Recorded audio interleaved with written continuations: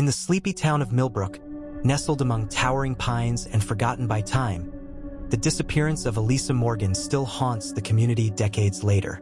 It was a crisp autumn night in 1997 when 16-year-old Elisa stepped out for what should have been a routine walk home, but she never made it. What followed was a decades-long battle between justice and silence, where corruption, prejudice, and fear intertwined to shroud the truth in darkness. Elisa was no stranger to Millbrook's contradictions. A bright student and daughter of a single mother, she was known for her fierce independence and outspoken views on the town's racial divide. Millbrook was a town sharply divided by class and race, an invisible line that many refused to cross, yet all felt deeply.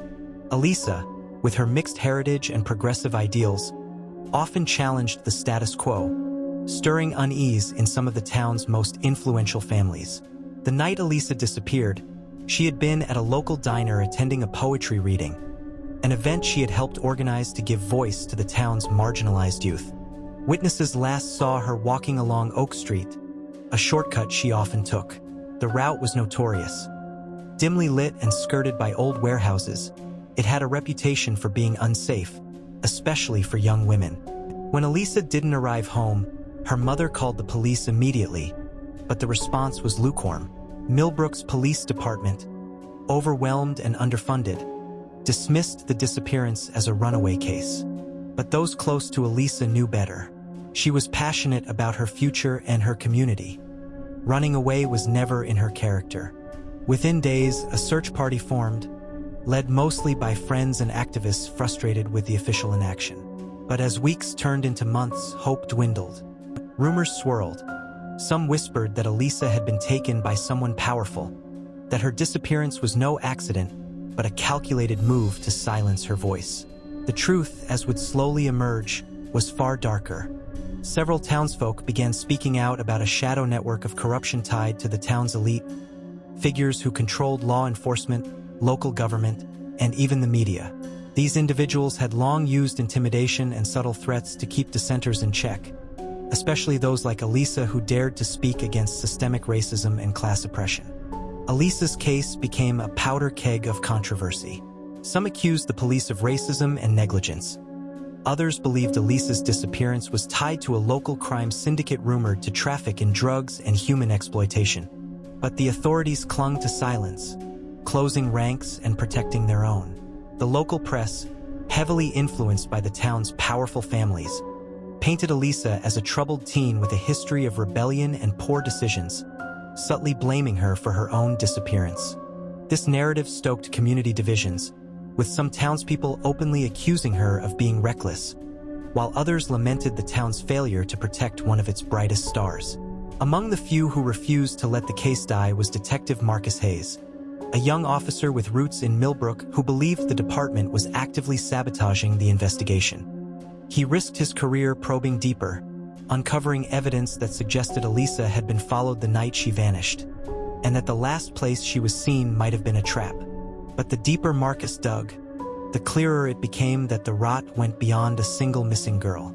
Elisa's case was a symptom of a town riddled with prejudice, where power protected perpetrators and the vulnerable paid the price. His investigation was met with pushback, threats, and attempts to discredit him. Even Elisa's family faced harassment. Her mother, a tireless advocate, was branded troublemaker, her pleas dismissed as hysteria. Friends who came forward faced social exile and sometimes violence. The town's intolerance for change was as palpable as the cold that swept through its streets. As the first anniversary of Elisa's disappearance approached, a chilling truth emerged. Bodies of other missing young women, mostly women of color, were found buried on the outskirts of Millbrook, victims of a serial predator shielded by the town's silence and corruption. Was Elisa one of them, or had she managed to escape? And if so, why had she never come forward? The answers lay buried beneath layers of fear, discrimination, and lies. This is the story of Elisa Morgan, a story of a girl who dared to challenge a broken system and a town that was willing to bury its sins to protect its privileged few. In the coming parts, we'll uncover how her disappearance exposed ugly truths about power, race, and justice in America. and why, even decades later, the shadows of Millbrook refused to fade. Detective Marcus Hayes sat at his cluttered desk, the glow of his computer screen illuminating stacks of dusty case files and scribbled notes. It had been nearly a year since Elisa Morgan vanished from the streets of Millbrook, yet the official case had gone cold, buried under layers of apathy and deliberate neglect. But Marcus wasn't ready to let the case die, not without uncovering the truth. From the start, Marcus sensed that Elisa's disappearance was different from the routine missing person reports that typically crossed his desk. There was a tension in the air, a palpable resistance from his own department to investigate thoroughly. Rumors of intimidation whispered through the police station hallways, warnings that digging too deep would bring consequences. But Marcus was determined. He knew Elisa had been more than a rebellious teenager. She was a spark, a voice pushing against the town's rigid structures of race, privilege, and silence. And that voice, he suspected, had been deliberately silenced. His breakthrough came when he revisited witness statements collected early in the investigation. Several witnesses had described a black SUV seen lingering near Oak Street on the night Elisa disappeared. No official records showed the vehicle ever connected to any crime, and the description was vaguely dismissed by the original investigators. But Marcus decided to cross-reference that detail with local vehicle registrations and surveillance footage, limited as it was in a small town. To his shock, the SUV belonged to none other than a prominent local businessman, Gerald Whitmore. Whitmore was known in Millbrook as a pillar of the community, philanthropist, employer, and influential figure in local politics. His family owned a string of businesses, including warehouses near Oak Street where Elisa vanished. Marcus knew Whitmore's reputation afforded him untouchability, a shield that had protected him and others in the town's elite for years. But if the SUV had been near the crime scene that night, it begged urgent questions. Was Whitmore involved?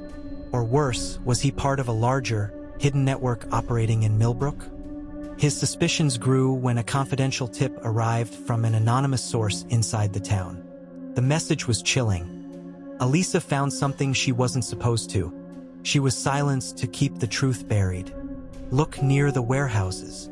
The tip reignited Marcus's investigation, but his superiors were quick to squash it. The police chief warned him bluntly, "Stop stirring the pot, Hayes. This town has its piece. You want to cause a scandal? Go ahead. Just don't expect us to cover for you." Marcus's defiance only fueled the hostility. His colleagues ostracized him. Threats were left on his voicemail. Even his family faced backlash from neighbors who believed Marcus was betraying the town's trust. Yet, every obstacle only hardened his resolve. Determined to find tangible evidence, Marcus obtained a search warrant for Whitmore's warehouse district, a move met with immediate resistance from the city council and legal battles spearheaded by Whitmore's powerful lawyers. The town's newspapers, mostly sympathetic to the elite, framed Marcus as a reckless cop jeopardizing Millbrook's reputation. Despite the political firestorm, Marcus pressed on. During a late-night search, his team uncovered something horrifying: a concealed room beneath one of the warehouses, containing personal items linked to Elisa. A scarf embroidered with her initials, a torn notebook filled with her poetry and activist notes, and, most disturbingly, a collection of photographs of other missing young women from the town's minority communities. The discovery cracked the facade of Millbrook's serene image. The hidden room wasn't just a grim trophy case. It was proof of a coordinated effort to silence and exploit the town's most vulnerable. The implications were explosive. These women had vanished under suspicious circumstances for years, their disappearances systematically ignored by the authorities. As the investigation deepened, Marcus connected the dots between Whitmore's business dealings and a larger human trafficking ring operating under the guise of legitimate commerce. Local law enforcement, corrupt politicians, and influential families had conspired to suppress the truth, sacrificing countless lives to protect their interests. But exposing such a network was a dangerous game. Marcus soon found himself the target of smear campaigns, his integrity questioned in the press. Anonymous threats escalated to physical intimidation. His car was vandalized, and one night, an unknown assailant broke into his home, leaving a menacing message scrawled on the wall: "Stop digging or join the missing." Even some members of the community, desperate to maintain the status quo, turned against Marcus, accusing him of tearing apart the town's fabric with lies and paranoia. Yet, support also grew from activists, families of the missing, and young people inspired by Elisa's memory. They rallied for justice, demanding transparency and accountability. The case that began with one girl's disappearance had now exposed the systemic racism, corruption, and exploitation embedded in Millbrook's core. Elisa Morgan was no longer just a victim. She was a symbol of resistance against a culture of oppression that thrived on silence and fear. But with every revelation, the stakes grew higher. Marcus realized the battle was no longer just about solving a cold case. It was about confronting a deeply entrenched power structure willing to do anything to protect itself. Would the truth see the light, or would the shadows swallow Elisa's story forever? The courtroom was packed beyond capacity, the air thick with tension and anticipation. Millbrook had never seen a trial like this. A trial not just about one missing girl, but about the very soul of the town. Detective Marcus Hayes stood ready to testify, his heart pounding with a mixture of fear and determination. After months of legal wrangling, threats, and sabotage, the case against Gerald Whitmore and several high-profile accomplices was finally before the public eye. The charges were staggering: kidnapping, human trafficking, abuse of power, and conspiracy to obstruct justice. The evidence uncovered by Marcus's relentless investigation had shaken the foundations of Millbrook's elite, a cabal that had thrived on silence and exploitation for decades. As the trial opened, the defense wasted no time portraying Whitmore as a victim of a witch hunt, a successful businessman targeted by a rogue cop with a vendetta. They painted Marcus as reckless, unprofessional, and unreliable. But Marcus had come prepared. He presented the evidence piece by piece: the hidden room beneath the warehouses, Elisa's personal belongings, the photographs of other missing women, and damning financial records that traced money trails used to fund the trafficking ring. Witnesses began to speak, some with courage, others under duress. Families of missing women shared their harrowing stories of loss and grief, exposing how their pleas for help had been dismissed or ignored, often with racist and classist undertones. Activists testified about years of systemic discrimination and intimidation aimed at keeping the minority communities invisible and powerless. The courtroom became a battleground where the ugly truths of racism, privilege, and corruption were laid bare. For the first time, the marginalized voices of Millbrook were amplified, challenging the town's myth of innocence and harmony. But the trial wasn't just about facts and evidence, it was about power and identity. Whitmore's defense unleashed a relentless campaign outside the courtroom, using media influence and money to discredit the prosecution. They tapped into the town's fears and prejudices, framing the trial as a threat to tradition and order. Pro-Whitmore rallies swelled, some turning violent, as long-standing racial and class tensions erupted into the open. Marcus faced intense scrutiny and personal attacks, his every move dissected and questioned. The pressure weighed heavily on him, but he refused to back down. He knew that to honor Elisa's memory, and those of the countless others lost in silence, he had to see this through. During the trial's climax, new evidence surfaced: whistleblower recordings from inside Whitmore's operations. Voices revealed the chilling reality. Elisa had uncovered the trafficking ring and threatened to expose it, prompting the network to abduct her in a brutal effort to silence her forever. The courtroom fell silent as the tape played. The faces of jurors, lawyers, and spectators reflected the weight of the truth. It was a moment that transcended legal proceedings. It was a reckoning. Despite the overwhelming evidence, the verdict was agonizingly close. The jury deliberated for days, a microcosm of Millbrook's divided soul. Some saw justice, others clung to the comforts of denial and privilege. Finally, the verdict was read. Gerald Whitmore and several key conspirators were found guilty on multiple counts. The courtroom erupted in a mixture of relief, anger, and disbelief.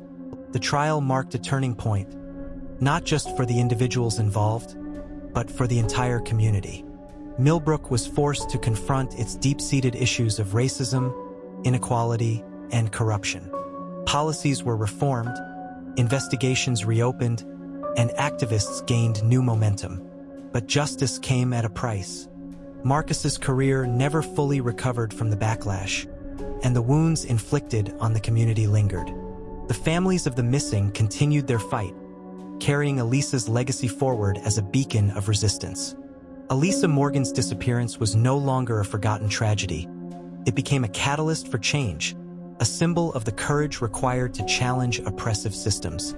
As Marcus left the courthouse that day, the sun setting over Millbrook, he felt the bittersweet weight of victory and loss. The truth had been uncovered, but the battle against injustice was far from over. And somewhere in the shadows, the echoes of Elisa's voice whispered a reminder. Silence is complicity, and justice demands relentless courage.